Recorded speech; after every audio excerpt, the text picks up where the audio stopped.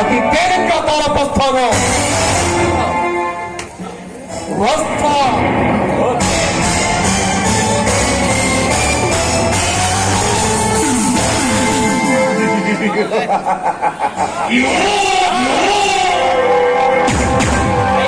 చెప్పిన కట్టు కథలు చాలా బాగా నమ్మాడు. అవును రాజస్థా, టైగర్ వాళ్ళ తల్లిదండ్రులు కని చెత్త కుప్పలో పడవేశారని అతను తినటానికి తిండి లేక రోడ్ల వెంబడి పడి తిరుగుతుంటే నేను చేరదీసి తిండి పెట్టానని టైగర్ ని నమ్మించాను. అందుకే ఈ రోజు తన ప్రాణాలని సైతం లెక్క చేయకుండా నా కోసం తన ప్రాణాలు ఇవ్వడానికి కూడా ఉన్నాడు.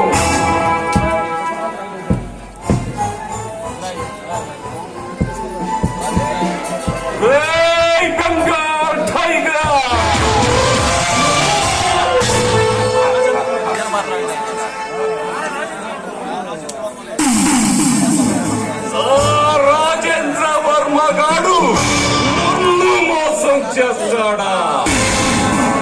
అందుకే వాడి మీద పగ తీర్చుకుంటూనే ఉంటాను. రాజేంద్ర వర్మ,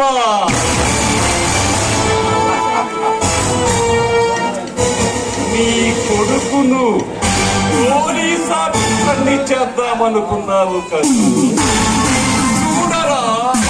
చూడు,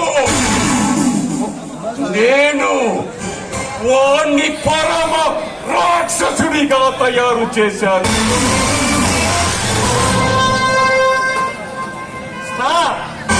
అయితే ఆ టైగర్ కి నిజం తెలిసే అవకాశమే లేదా? అలా తెలిసే అవకాశమే లేదు. టైగర్ కి ఎవరి మాట వినడు. ఎవరైనా నా విషయం గురించి చెడుగా చెప్పారంటే వాళ్ళని కడుగా నరికి పారేస్తాడు. అయితే నిజం తెలిసే అవకాశమే లేదన్నమాట.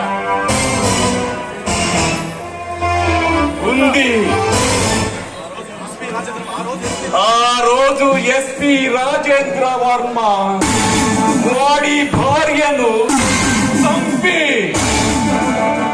నిద్రపోతున్న టైగర్ ని తీసుకొచ్చేటప్పుడు వాడి తల్లిదండ్రుల జ్ఞాపకాలన్నింటినీ నాశనం చేయించాను. కానీ SP Rajendra Varma personal diary మాత్రం కనిపించలేదు.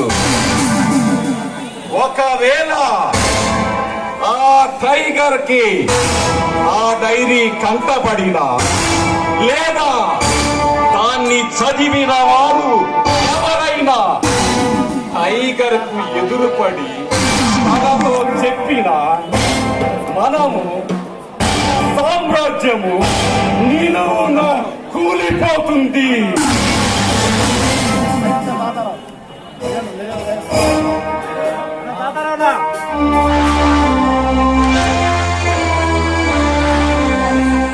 ఇక మీదట ఎవరైనా గురించి ఈ టైగర్ గురించి చెప్పారంటే వాడికి, ఈ బెంగాల్ టైగర్ కి మరణ శాసనమే.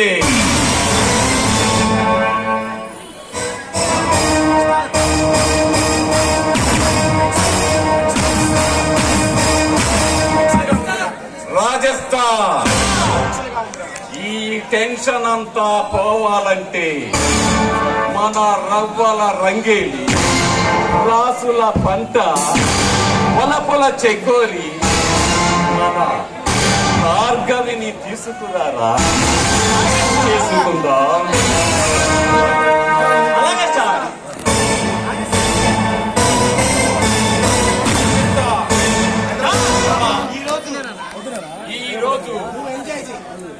మన భార్గవితో ఎంజాయ్ చేయి. అలాగే సార్. నేను మీటింగ్ లో కలిసి వెంటనే వస్తాను. అలాగే సార్.